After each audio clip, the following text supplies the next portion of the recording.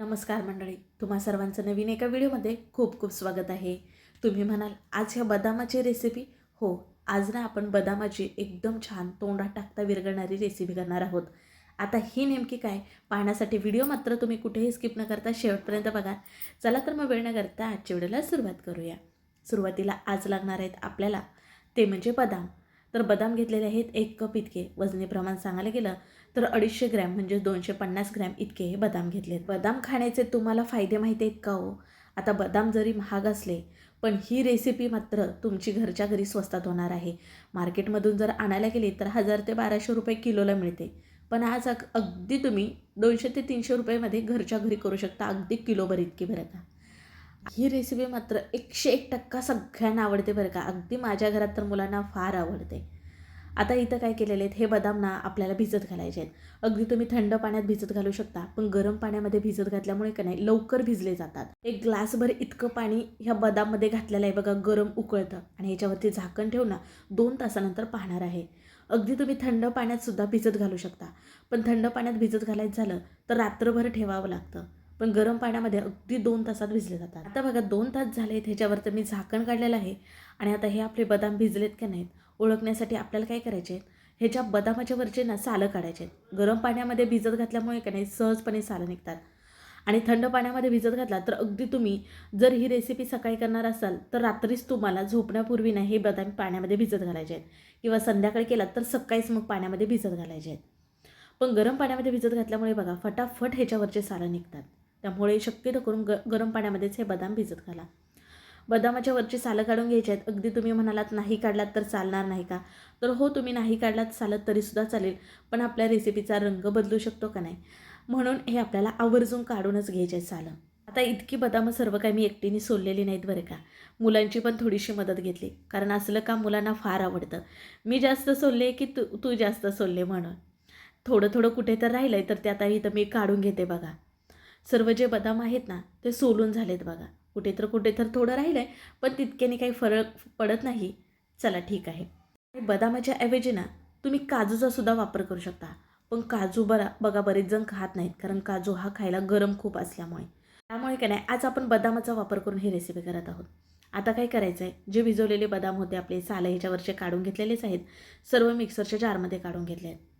सुरुवातीला पाणी दूध न वापरता भरड असं मिक्सरला फिरून घेतलं. आपल्याला हे आणखीन बारीक हवं आहे, अगदी रवाळ असेल ना तरीसुद्धा चालेल. मग काय ह्याच्यामध्ये थोडंसंच पाणी घातलेलं आहे बघा आणि मिक्सरला आणखीन एकदा फिरून घेतलं. आणखीन इथं मला मोठे थोडेसे कण वाटतात म्हणून थोडंसंच पाणी घालून ना आणखीन एकदा मिक्सरला फिरवून घेणार आहे. जितकं तुम्हाला बारीक करता येईल तितकं तुम्ही बारीक करू शकता. आता इथं मी पाण्याचा वापर केला का नाही, तिथं तुम्ही दुधाचा वापर केला तरीसुद्धा चालेल बरं का. आणखी थोडंसं पाणी घालून छान एकदम बारीक हे वाटून घेतलं बघा. अगदी बारीक रवाळ रवाळ असं आहे. मोठं भरड असं बिलकुलसुद्धा ठेवायचं नाही बरं का. हलकं बारीक चालेल, म्हणजे दाणेदार ना अशी आपली रेसिपी होईल. चला आता आपले हे बदाम जे होते ते वाटून झालेले आहेत. आता आपण गॅसकडे वळूयात. तर गॅसवरती पॅन ठेवला आहे आणि पॅनमध्ये ना आपल्याला तूप घालायचं आहे. तर तूप इथं आपण अगदी 2 चमचे इतकंच वापरणार आहोत. अगदी तूप न वापरता जरी केलीत ना ही रेसिपी तरीसुद्धा चालेल बरं का. पण तुपामुळे स्वाद आणखीन छान येतो का नाही, म्हणून इथं 2 चमचे तूप वापरलेलं आहे. आणि आता आपण जे बारीक केलेले बदाम होते का नाही ते सर्व इथं घालून घेणार आहोत. जी पेस्ट होती ना बदामाची ती, आणि ह्या तुपामध्ये ना आपल्याला परतून घ्यायची आहे. गॅस मात्र खाली बारीक ठेवायचा आहे, कारण ही बदामाची पेस्ट असल्यामुळे का नाही तळाला लागली जाते, म्हणजेच की चिटकली जाते त्यामुळे. आणि रंग बदलायला नको, हलका लालसर रंग येईल का नाही ह्या रेसिपीचा, त्याच्यामुळे का नाही सतत आपल्याला हलवत राहायचं आहे. गॅस मात्र खाली बारीक ठेवायचा आहे. तुम्हाला बघा आत्तापर्यंत आपण कुठली रेसिपी करत आहोत हे नव्हतं सांगितलं, तर आज आपण करत आहोत बदाम कतली. नेहमी आपण काजू कतली करतो का नाही, तर आज जरा वेगळी आपण बदाम कतली करत आहोत. अगदी तोंडात टाकता विरघळते आणि खायला म्हणाल तर भन्नाट जब्बरच लागते. म्हणजे तुम्ही जर घरामध्ये एकदाही करून दिलात ना तर घरातली मंडळी परत तुम्हाला करायला सांगतील बरं का, इतकी छान होते. अगदी माझ्या घरामध्ये सुद्धा मुलांना फार आवडते ही रेसिपी. तुपामध्ये बघा ही बदामाची पेस्ट छान प्रकारे परतून घेतली की आता आपल्याला याच्यामध्ये घालायची साखर. तर 1 कप इतके बदाम घेतले होते का नाही, त्याच्यासाठी इथं 1/4 कप इतकी साखर घेतले. हे गोडाचं प्रमाण अगदी बरोबर आहे बरं का. अगदी अति गोड तुम्हाला आवडत असेल तर 1 कप घालू शकता साखर, आणि जर गोड कमी आवडत असेल तर अर्धा कप साखर घातला तरीसुद्धा चालेल. पण मी जे साखरेचं प्रमाण घेतलं ना ते अगदी बरोबर आहे बरं का. साखर घातलं तर परत सतत हलवत राहायचं आहे बघा. आणि जसजशी साखर विरघळेल का नाही तसं हे हलकं पातळ होत जातं बघा. बघा आता तुम्हाला अगोदरपेक्षा पातळ दिसत असेल. पण काही नाही, हे घट्ट पुढे होणार आहे, घाबरून जायचं नाही. गॅस खाली बारीक ठेवलेला आहे. आता हे पातळ झालं का नाही तोपर्यंतच आपल्याला ह्याच्यामध्ये घालायचे दूध पावडर. म्हणजे का नाही दूध पावडरच्या गुठळ्या होत नाहीत म्हणून पातळ झाल्यानंतरच दूध पावडर घालायचे आहे. तर अर्धा कप आहे का नाही त्याच्या निम्मे इथं दूध पावडर घेतले, म्हणजे पाव कप इतके बघा. तर एकदम घातलेली नाही मी, थोडी सुरुवातीला घातली, अगोदरची मिसळून घेतली आणि मग पुन्हा उरलेली जी दूध पावडर घालू ना ती सुद्धा मिसळून घेत आहे. म्हणजे कसं ह्याच्यामध्ये ना बिलकुलसुद्धा गुठळ्या होत नाहीत बघा. आता तुम्ही म्हणाल दूध पावडर कशासाठी, तर चव टेस्ट छान येते का नाही म्हणून इथं मी दूध पावडर वापरले. अगदी तुमच्याकडे जास्त दूध पावडर असेल, अर्धा कप दूध पावडर वापरलात ना तरीसुद्धा चालेल बरं का. आता दूध पावडर सगळी मिसळून झाली की ह्याच्यामध्ये घालत आहे मी डेसिकेट कोकोनट, म्हणजेच की नारळाचा बुरादा. तो सुद्धा पाव कप इतकाच घातलेला आहे. आता तुम्ही मला काजू कतली केलेली आहे, तर हे डेसिकेटेड कोकोनट कशासाठी, बरेच जण ह्याला नारळाचा बुरादा सुद्धा म्हणतात बरं का. पण त्याने ना चव छान येते बघा. अगदी तुम्हाला नसेल आवडत, नाही घातलात तरीसुद्धा चालेल. आता तुम्ही म्हणाल नारळाच्या बुराद्याच्या ऐवजी ओलं खोबरं वापरलं तर चालेल का, पण आपण इथं ही कतली करत आहोत. मग ओलं खोबरं जरी खवून बारीक करून जरी घातलं ना तरीसुद्धा मोठे मोठे दाणे राखतात. ही आपली कतली असल्यामुळे का नाही शक्यतो करून घालू नका. डेसिकेट कोकोनट कसं एकदम बारीक बारीक असतं का नाही, त्याच्यामुळे इथं मी वापरलेलं आहे. मस्त खाताना टेस्ट छान येते म्हणून. आता छान असं परतून झाल्यानंतर बघा ह्याच्यामध्ये ना मी घातलेलं आहे केशरचं पाणी. एक 10 ते 12 केशर ना पाण्यामध्ये भिजत घातलं, अगदी दुधामध्ये भिजत घातला तरीसुद्धा चालेल. केशरचे धागे का घातले, तर हलका रंग पिवळसर येण्यासाठी. अगदी तुम्हाला पांढरा रंग आवडत असेल कतलीचा ना तर बिलकुलसुद्धा केशर घालू नका बरं का. आता ह्याच्यामध्ये 1 चमचा इतकं तूप घातलेलं आहे शेवटी आणि आता आपल्याला सतत हलवत राहणार आहोत. म्हणजे का नाही ह्याचा एक गोळा होसपर्यंत आपण हलवत राहणार आहोत. गॅस खाली बारीक ठेवायचा बरं का. ह्या प्रोसेसला 10 ते 12 मिनटं लागतात. तेव्हा कुठे छान असा ह्यांचा एक गोळा होतो आणि हे पॅन सोडायला लागतं बघा. आता तुम्हाला अगोदर किती पातळ झालं होतं आणि आता तुम्हाला समजत असेल ही कसं घट्ट व्हायला लागले बघा. आणखीन थोडंसं आपण परतून घेऊयात, म्हणजे छान एकजीव होईल. अगदी तुम्हाला आता इथे ड्रायफ्रूट घालायचे असतील ना घालू शकता, ड्रायफ्रूटची पावडर घालू शकता. आता बघा एक गोळा झाला का नाही पॅनला सोडलेला आहे बघा. मग गॅस बंद करून घ्यायचा आपल्याला इथे. तेव्हा समजायचं हे तयार झालेलं आहे आपण कतली करण्यासाठी आणि ह्याच्या वड्या छान पडणार आहेत. शेवटी बघा थोडीशीच इथं मी वेलची पूड घातलेली आहे. अगदी नाही घातलात तरीसुद्धा चालेल, पण हलका फ्लेवर छान येतो का नाही म्हणून इथं थोडीशीच मी वेलची पूड घालून सर्व छान असं एकजीव करून घेतलेलं आहे. वेलची पूड शेवटी घालायची बघा, म्हणजे तिचा सुगंध ना छान टिकून राहतो. मिश्रणाला ना एकटं मोकळं सोडायचं नाही, नाहीतर खाली तळाशी लागून ना रंग बदलण्याचे चान्सेस असतात म्हणून. आता खाली एक ताट घेतलं आहे आणि इथं ना मी तूप लावून घेते बघा. अगदी तुमच्याकडे केक टीन असेल किंवा चौकोनी आकाराचा डबा असेल तो वापरला तरीसुद्धा चालेल.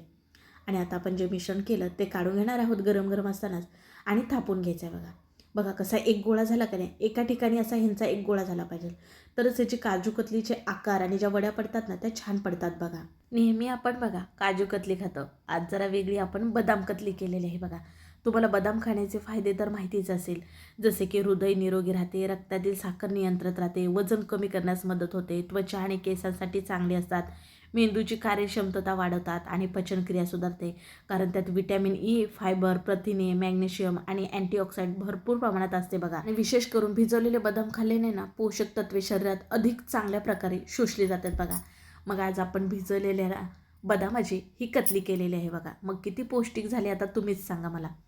छान एकसारखं थापून झालं की इथं बघा भिजवताना 4 इतके बदाम घेतलेत आणि आपल्याकडे बघा बटाट चिप्स करायचे जे स्लायसर असतं का नाही त्याने इथं मी चकत्या पाडून घेतल्यात ह्या बदामाचे आणि वरून जरा घालून ना थापून घेतले बघा, म्हणजे दिसायला छान दिसेल की नाही म्हणून.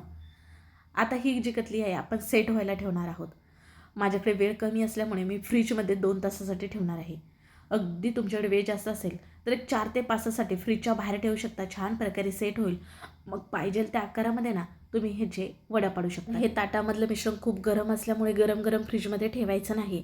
एक 10 मिनिटांसाठी फ्रीजच्या बाहेर ठेवायचं, हलकं थंड झालं मगच फ्रीजमध्ये ठेवायचं. गरम गरम कुठलाही पदार्थ फ्रीजमध्ये ठेवायचा नाही. तर 2 तासानंतर बघा इथं मी बोट लावून दाबून पाहिलं तर छान प्रकारे हे सेट झालेलं आहे. मग काजू कतल्या आकारामध्ये नाही इथं मी कापून घेत आहे बघा.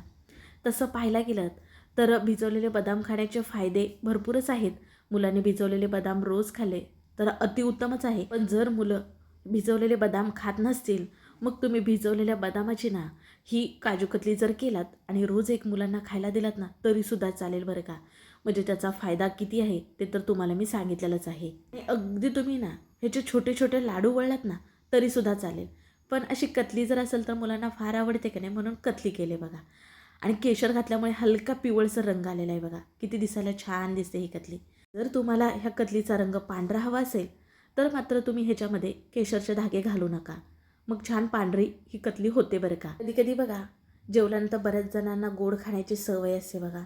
मग बाहेरची मिठाई आणून ठेवतात. ती कधी केले माहीत नसते, कसल्या स्वरूपात केलेले माहीत नसते. मग तुम्ही घरच्या घरी ना अशी कतली करू शकता. ह्याच्या अगोदर ना मी शेंगदाण्याची कतली, तिळाची कतली ह्यांचे व्हिडिओसुद्धा आपल्या चॅनलवरती अपलोड आहेत, बघू शकता. बऱ्याच जणांनी करून पाहिलेले आहे बघा. अगदी खर्चसुद्धा कमी आहे, साहित्यसुद्धा कमी आहे आणि अगदी तोंडात टाकता विरघळणारी, लहानांपासून मोठ्यांपर्यंत सर्वांना आवडणारी ही तर आपली ही बदाम कतली तयार झाली. मग तुम्हाला आजचा हा व्हिडिओ कसा वाटला ना नक्की कमेंटमध्ये सांगा. व्हिडिओ जरासुद्धा आवडता पटकन एक लाईक ठोका आणि हो व्हिडिओ शेअर करा तुमच्या मित्र मैत्रिणी परिवारामध्ये, म्हणजे ते सुद्धा ही रेसिपी करून पाहतील. आणि नवनवीन छान छान व्हिडिओ पाहण्यासाठी मात्र आपल्या चॅनलला सबस्क्राईब करा. मी आशा करते की आजचा व्हिडिओ आवडला असेल. चला मग पुन्हा भेटू नवीन रेसिपीमध्ये.